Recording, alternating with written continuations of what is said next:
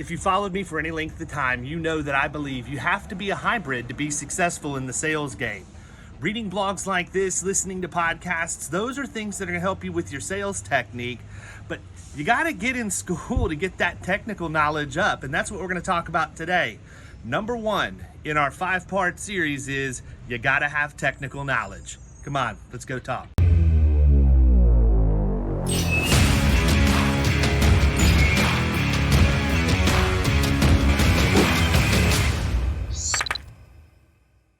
If you've been following me for any length of time, you know that you have to be a hybrid. I mean, that's just the way that it is in today's game. There are too many people that are really good at sales and have no technical knowledge, and there are a lot of people that have really good technical knowledge, but they're not great at sales. If you can marry those two, you're gonna crush it, but you can't do it with just sales ability. We can help you do everything you can to get better in that area of your game, but you gotta look for the experts when it comes to technical knowledge. I would be a hypocrite if I didn't tell you that was the case. I've got letters behind my name, and you should too. When COVID hit, it changed the landscape of continuing education and designations. You can actually go to the National Alliance website right now and you can buy a subscription. It's around $700 a year. And that subscription is gonna let you take as many of their classes as you want, and you can actually test and get your designations. Isn't that crazy? $700. You should be a sponge. That is one of the premier insurance education places in the country. That's where I got my CIC, and that's where I got my CRM. I think it's important though to understand that you're not getting your designation so that you can just vomit insurance speak all over the table when you're talking to clients and prospects. Quite frankly, they don't care. I know that a lot of you are probably gonna get your feathers ruffled about that, but quite frankly, clients and prospects don't want to hear the ins and the outs of the insurance. You need the technical knowledge because you're the one that's gonna have to be the interpreter. You're gonna have to take those complex insurance things and break them down into layman's terms so that you can relay the things that are affecting those people. Business owners don't want to do insurance for a living. If they did, they wouldn't be doing what they're doing right now. But if you can master the technical end of our game, and then you can take those technical insurance concepts and put those into terms that your prospects will understand at the point of sale, you're gonna kill it when you get in front of them.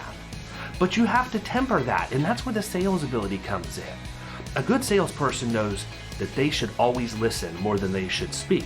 So if you can take these technical insurance concepts and learn to ask open-ended questions so that your prospect is led down a path to comprehension of what you're trying to get them to understand, you're gonna win way more than you're gonna lose, but you can't do that unless you have the knowledge to do it. Now, there are all kinds of other places you can go get technical insurance knowledge. Insurance carriers offer a plethora of webinars and live training events and call-ins. So do wholesale brokers, especially when it comes to more complex things like cyber, and even the property market in a lot of the parts of the country now. Take advantage of these things. They inundate my inbox, and I think that many times we're concerned that they're gonna try and sell us something. That's not what we should be worried about. We should be worried about the fact that if they're advertising it, it's important, and we need to know it, if nothing else, so that we know what to listen for at the point of sale. I ran into a situation with one of my own producers this last week where I went back and listened to a phone call that he had with a prospect. And this thing could have been a Saturday Night Live skit. The producer was entrenched in what he thought the prospect needed, and the prospect was entrenched in what they thought they needed, and neither one of them ever said what they were thinking, so they continued down a path that was leading to nowhere. And as I listened to the call, I kept thinking, if I would have just made sure that this person was invested in ongoing continuing education to get their game on point at an even higher level than it is right now, that conversation would not have lasted as long as it was. But what happened was, it ended up costing us an account. And because it cost us an account, I drilled down. And you know what? As the leader of the organization, it's on me. I'm the one who has to make sure that my people are following through. I'm the one who needs to make sure that as Florida Risk Partners, we're practicing what we preach. So here's what I'm going to challenge you to do.